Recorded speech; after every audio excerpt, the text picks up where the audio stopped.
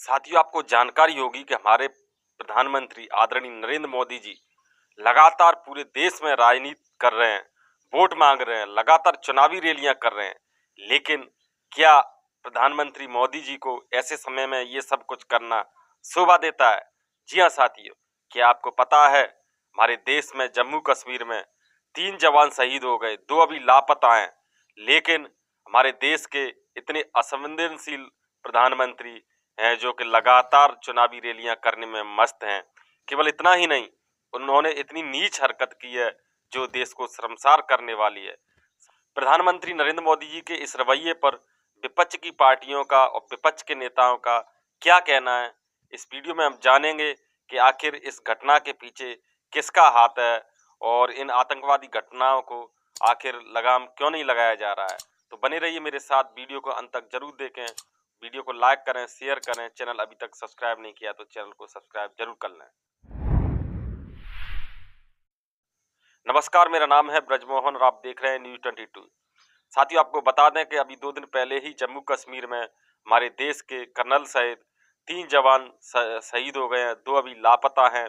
लेकिन ऐसी स्थिति में हमारे देश के प्रधानमंत्री आदरणीय नरेंद्र मोदी जी G20 सम्मेलन के समापन का जश्न मना रहे हैं, फूल बरसवा रहे हैं और दूसरी तरफ हमारे देश के जवान शहीद हो रहे हैं।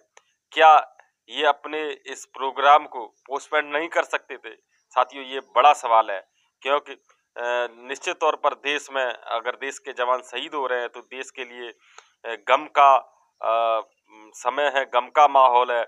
ऐसी स्थिति में जब प्रधानमंत्री नरेंद्र मोदी जी लगातार रैलियों से भी परहेज नहीं कर रहे हैं, कल मध्य प्रदेश छत्तीसगढ़ में भी प्रधानमंत्री नरेंद्र मोदी जी ने रैली की, तो वो ऐसे में विपक्ष ने प्रधानमंत्री मोदी को घेरना शुरू कर दिया है। आप देखिए किस प्रकार से एक तरफ शहीदों को मतलब श्रद्धांजलि दी जा रही है, तो दूसरी तरफ प्रधानमंत्री नरेंद्र मोदी जी जश्न मना रहे हैं। और ये छत्तीसगढ़ में और राजस्थान में, मध्य प्रदेश में जाकर के राजनीति कर रहे हैं।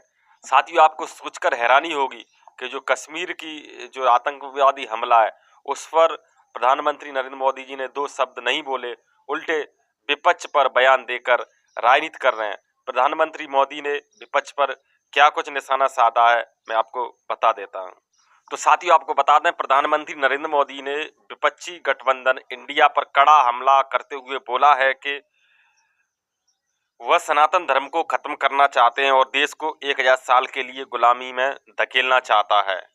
प्रधानमंत्री द्वारा गुरुवार को मध्य प्रदेश में एक कार्यक्रम में दिया गया ये बयान है। सनातन धर्म पर डीएम के नेता उदयनिधि स्टालिन पर विवाद पर उनकी पहली सार्वजनिक प्रतिक्रिया है।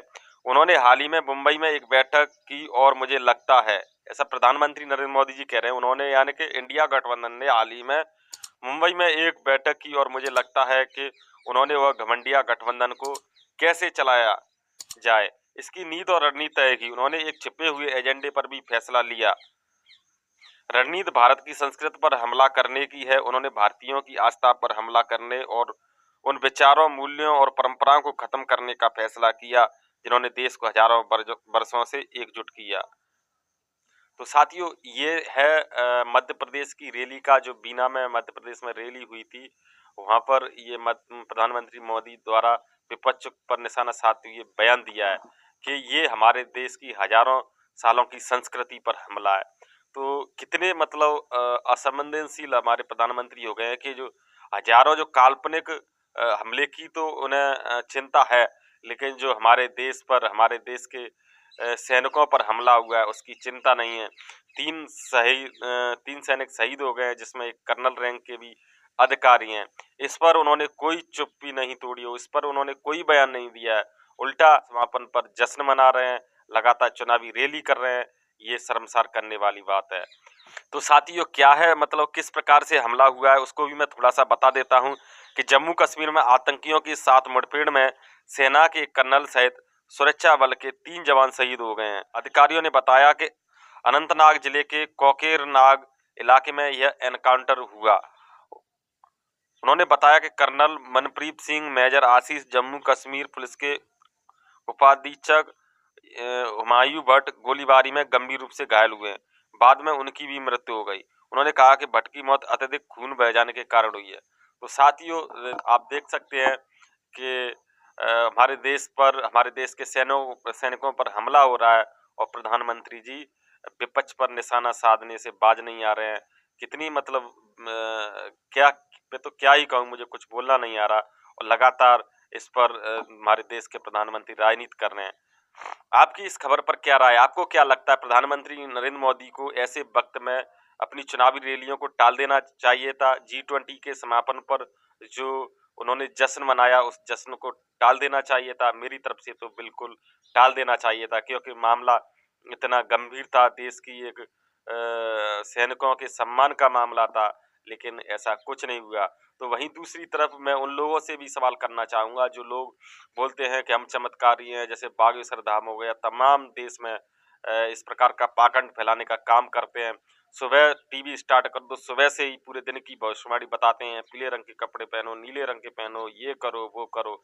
ये लोग कहाँ चले जाते हैं? मैं पूछता हूँ ऐसे लोगों से जो देश को पाखंड में धकेल कर बर्बाद करना चाहते हैं, कि जब देश में कोई विपत्ति आती है, जब देश में कोई आतंकी गतिविधियों को अंजाम देने का प्लान बनाया जाता है, इस बात का खुलासा ये हमारे देश के चमत्कारी ढोंगी बाबा क्यों नहीं कर पाते हैं? अगर हकीकत में इनमें शक्ति है, तो हकीकत में, और जो टीवी पर बैठने वाले जो तिलक लगा लगा कर सुबह 6 बजे से बैठ जाते हैं और वो भविष्यवाणी बताते हैं, तो हमारे देश की भविष्यवाणी क्यों नहीं बताते हैं? तो मैं चाहूंगा कि अगर ये हमारे देश के लिए भविष्यवाणी नहीं बता सकते हैं, हमारे देश की सैनिकों में जो हमला होने वाले हैं उसके बारे में नहीं बता सकते हैं, तो इन पर कार्रवाई होना चाहिए और इनका जो पाखंड का धंधा है वो बंद होना चाहिए। इनसे सवाल करना चाहिए कि अगर आप इतने चमत्कारी हो, तो देश पर हमला होने वाले होते हैं, तब आप किस बिल में उड़ जाते हो? तो अभी के लिए साथियों इतना ही। आप देखते रहिए रिव्यू 22 और इस वीडियो को ज़्यादा से ज़्यादा अपने साथियों में शेयर करें, लाइक करें। चैनल अभी तक सब्सक्राइब नहीं किया तो चैनल को सब्सक्राइब जरूर करें। हाँ, अपनी प्रतिक्रिया देना ना भूलें। नमस्कार, जय भीम, जय भारत।